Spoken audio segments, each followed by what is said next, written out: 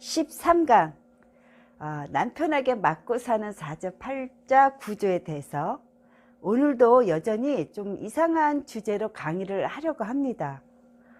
이런 주제들을 잘 다루지 않기에 저라도 공부 차원에서 설명을 좀 해드리는 거니까 참조하셔서 지혜롭게 활용하시기 바랍니다. 때리고 맞는 것의 본질적인 문제는 폭력성을 가졌다는 뜻이죠.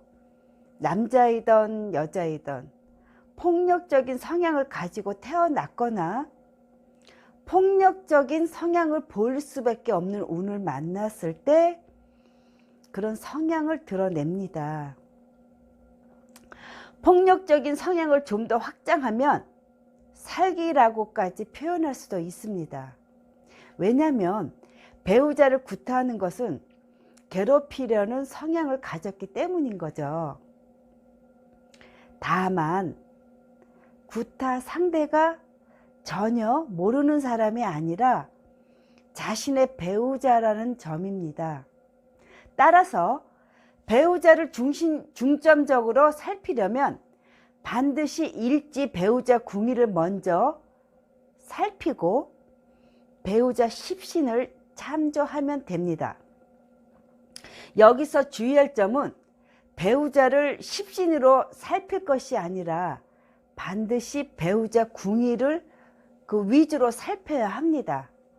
오늘은 그 인터넷에 올라온 사주 예문을 살펴보겠습니다. 먼저 사연을 보겠습니다. 이제 39세 당시 2010년, 2011년 당시의 상황입니다.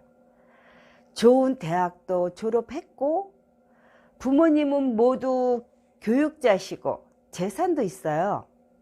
결혼 후 남편에게 맞고 살며 친정 부모님 재산을 남편이 많이 빼앗아 갔다 합니다. 근데 여기서 이혼하고 싶어도 부모님 때문에 말도 못하고 있었으며 2019년도 그때 상황으로는 현재 직장은 없고 매맞은 후유증으로 병원에 다니고 있답니다.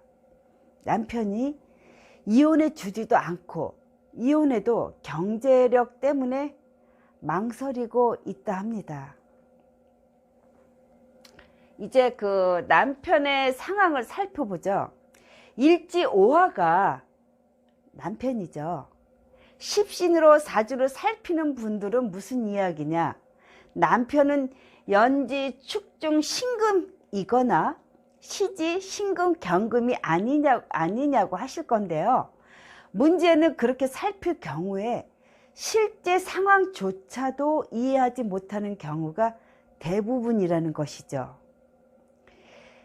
기 출판한 책 그 궁의론에서 밝힌 것처럼 모든 육친은 자신의 그 고유한 궁의를 가지고 있기에 극히 명확하지만 십신은 사주팔자 어디에나 있고 또 어떤 사주는 그 사주팔자에 없을 수도 있습니다.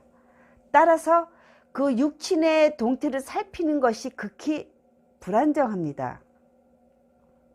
따라서 그렇게 불안정한 십신의 동태를 살필 것이 아니라 분명하게 존재하는 육친의 궁의를 살펴서 상황을 파악해야 합니다.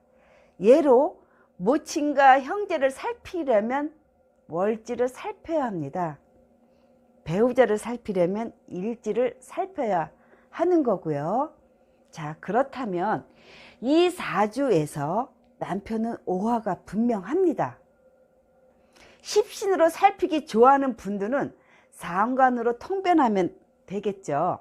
예로 기존의 틀을 깨버리는 남편이고 자기 멋대로 하는 사람이라고 해도 특별하게 문제될 것은 없죠.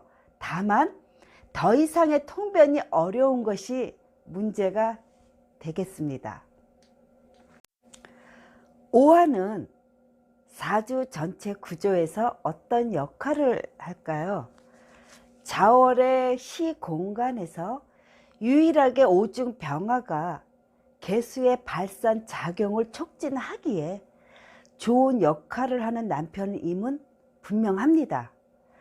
실제 상황만을 보고서 남편은 무조건 나쁜 놈이라고 판단하면 안 됩니다. 남편은 좋은 역할을 할 가능성을 가진 것이 분명하지만 나머지 구조를 종합하면 상황이 달라집니다. 자월의 자축 합과 임계로 여전히 강한 응축 에너지 사이에서 고군분투하는 상황이 됩니다.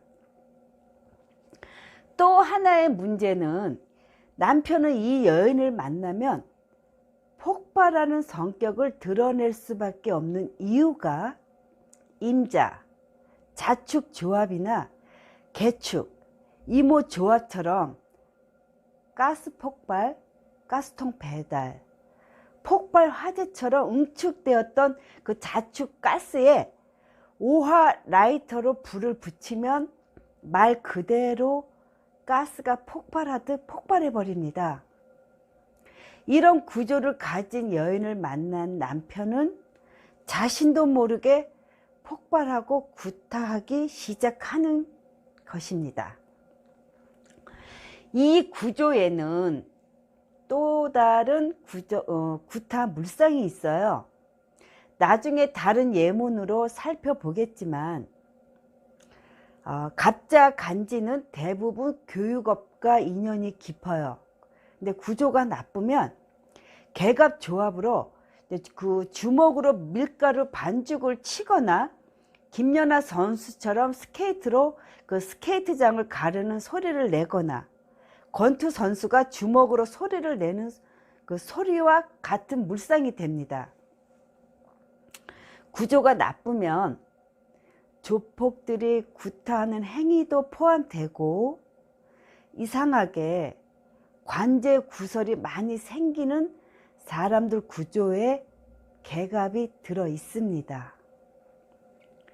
이 여인의 39세는 무진 대운을 지나고 있기에 천간에서 개갑무 삼자 조합을 형성하였으며 살기가 강한 조합은 분명합니다.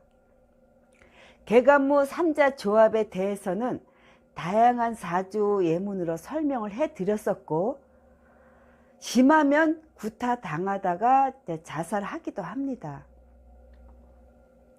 이런 이유로 이 여인도 그 매맞는 후유증으로 병원에 다니는 것이고요. 특히 오화 그 궁의의 시기가 대략 37세에서 45세 사이에 그런 문제가 극명하게 드러날 수밖에 없습니다. 이제 여기까지 분석했으면 십신을 참조하면 됩니다. 연지에 신금이 있다는 의미는 첫 번째 남편과는 인연이 나쁘며 이혼하거나 사망할 수 있음을 암시합니다. 또 축토와 오축으로 조합하는 과정에 자수까지 끼어들면서 자축오로 폭발력을 갖기에 남편과의 인연이 좋지 않은 것은 분명합니다. 또 시지 신금이 대문 밖에 있으니 50세가 넘어가면 재혼할 가능성이 높은 사주가 됩니다. 정리하면 일지를 기준으로 살피면 남편이 그렇게 나쁜 남자는 아닌데 수많은 수기를 감당하지 못하는 남편은 자충우돌하는 과정에 폭발하면서 구타하며 운까지 개갑무 삼자 조합을 이루면서 매맞는 여인이 되었다는 거죠. 유사한 사주 예문을 하나 더 보고 마무리를 하겠습니다.